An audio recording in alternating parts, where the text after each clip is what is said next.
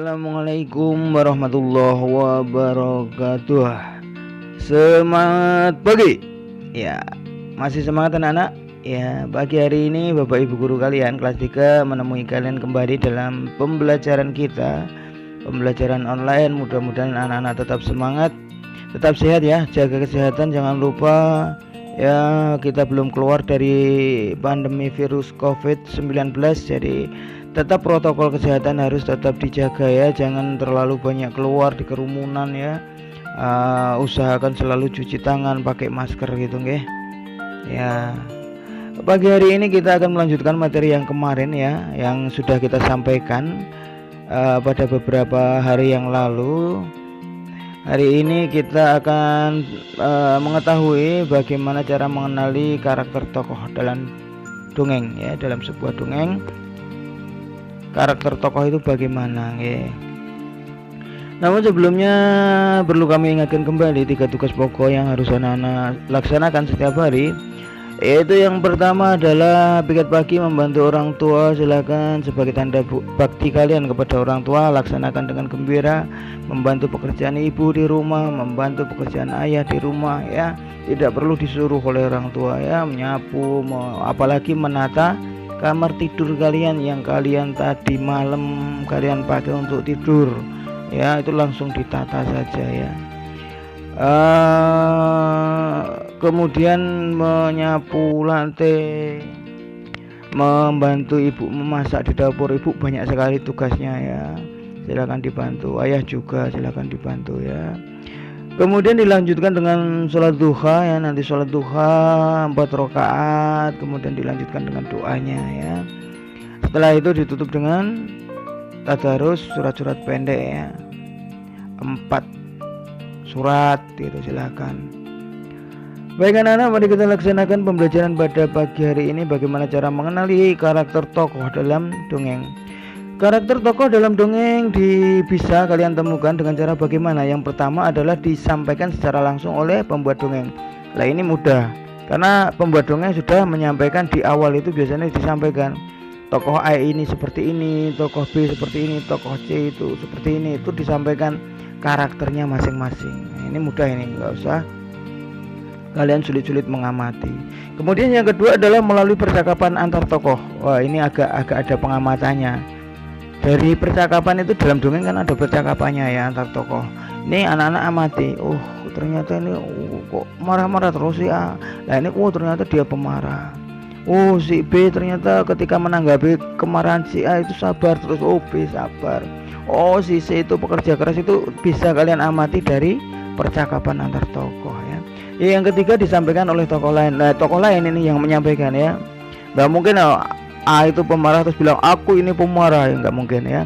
Tokoh lain di dalam cerita itu menyampaikan si A ini begini, si B begini, si C begini gitu.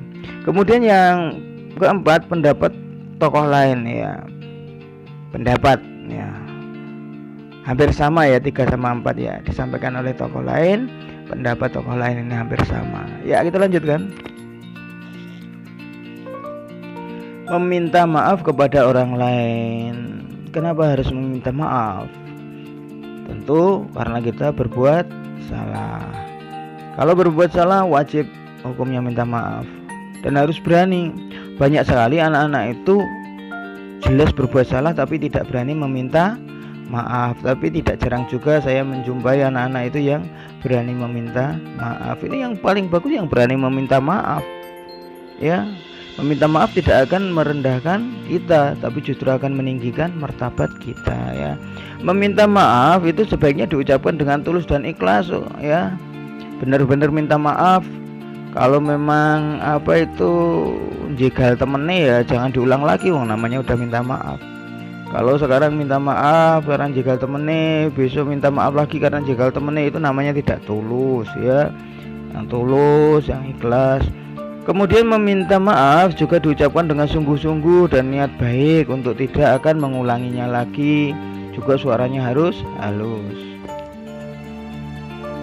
Meminta maaf merupakan salah satu perbuatan terpuji yang sesuai dengan pengamalan sila kedua Pancasila ya. Itu perbuatan terpuji, perbuatan yang baik.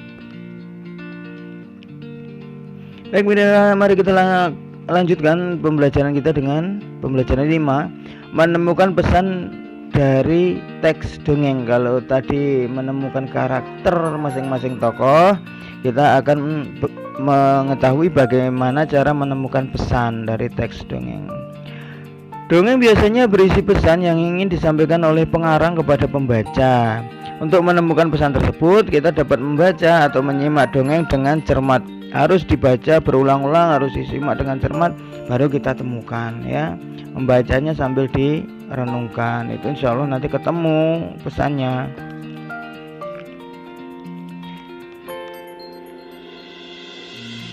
Ya, kita lanjutkan. Mendoakan orang lain. Saat kamu berdoa, kamu dapat mendoakan teman atau orang lain yang sedang mendapat kesulitan. Kesulitan itu apa? Misalnya sakit, kita doakan. Ya, orang yang sakit kita doakan dengan doa-doa yang baik agar cepat sembuh dan sebagainya ya. Orang yang kesusahan kita doakan agar kesusahan itu cepat hilang, kayak gitu nggih. Mendoakan orang lain adalah perbuatan baik yang sesuai dengan pengamalan Pancasila. Sila keberapa? Sila pertama dan juga sila kedua. Jadi mendoakan itu perbuatan baik, termasuk sila pertama ketuhanan yang Maha Esa, dan sila kedua kemanusiaan yang adil dan beradab. Berdoa kepada Allah itu namanya sila pertama, dan mendoakan kepada orang ya, berempati, ikut sedih, ikut susah, itu namanya pengamalan sila kedua kemanusiaan yang adil dan beradab. Menyelesaikan soal cerita menggunakan sifat pertukaran atau apa kemarin komutatif pada penjumlahan, itu yang pertama. Kamu dapat menyelesaikan masalah sifat pertukaran dalam bentuk soal cerita. Ingat bahwa di dalam matematika itu ada soal yang berbentuk soal cerita ya.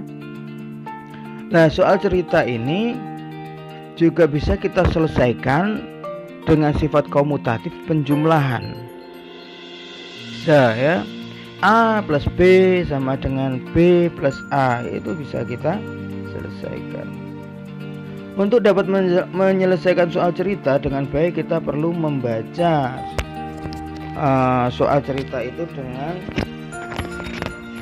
dengan cermat ya. Kita lihat dalam buku itu ada soal ceritanya.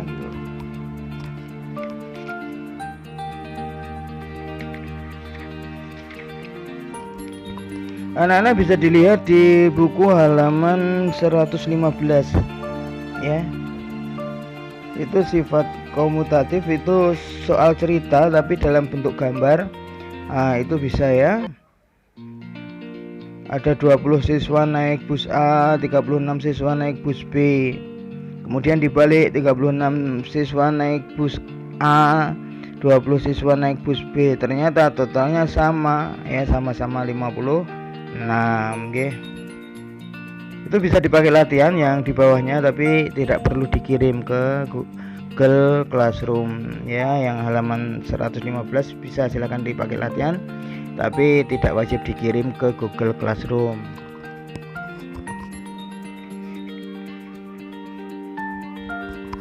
Baik, mari kita lanjutkan.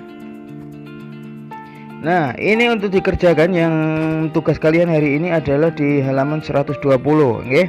120 itu ada dua soal 1 dan soal 2, silahkan dikerjakan kemudian difoto ya, dikirim ke Google Classroom masing-masing kelas kalian, silahkan dikirim nggih.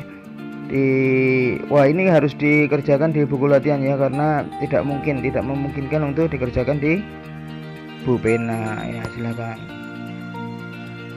Baik, mari kita lanjutkan menceritakan isi dongeng berdasarkan gambar seri. Gambar seri adalah rangkaian gambar yang mewakili isi cerita suatu dongeng ya, gambar seri.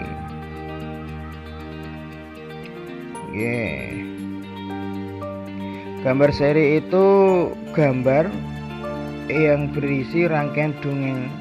Kalau banyak di dalam buku itu merupakan komik, tapi gambar seri itu ya cuma sedikit, enggak banyak. Langkah-langkah menemukan pesan dalam rangkaian gambar seri. Yang pertama, mengamati gambar dengan cermat. Yang kedua, memperhatikan susunan atau urutan gambarnya. Jangan sampai urutannya terbalik-balik ya, karena gambar seri itu kan kartu kayak gitu ya.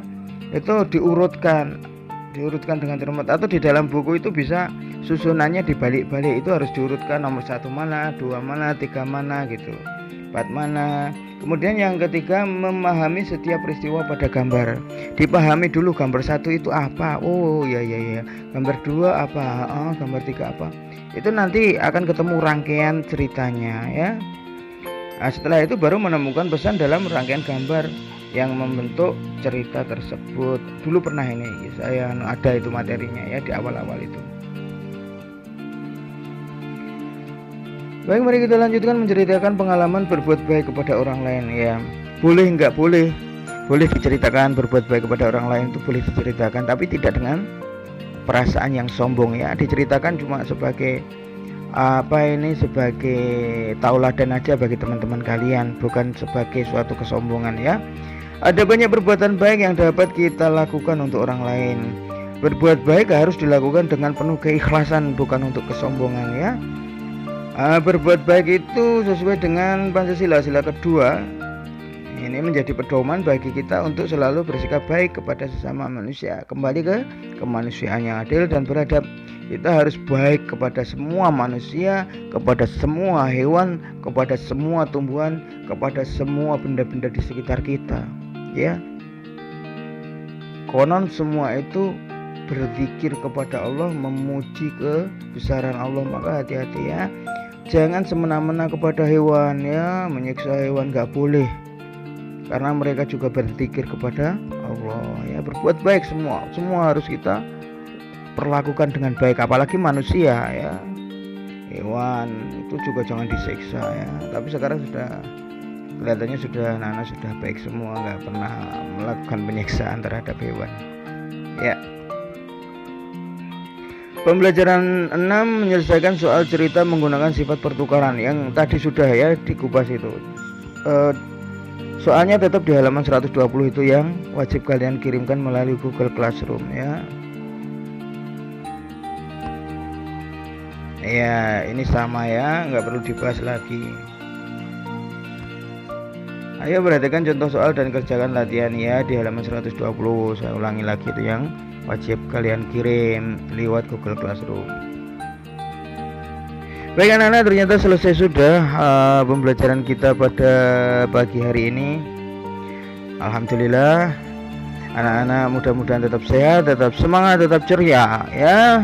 Jangan lupa berbakti kepada orang tua, kemudian rajin beribadah, jaga kesehatan, jangan pergi ke sembarangan tempat, ke banyak kerumunan ya. Selalu pakai masker, selalu cuci tangan ya. Sekian, assalamualaikum warahmatullahi wabarakatuh.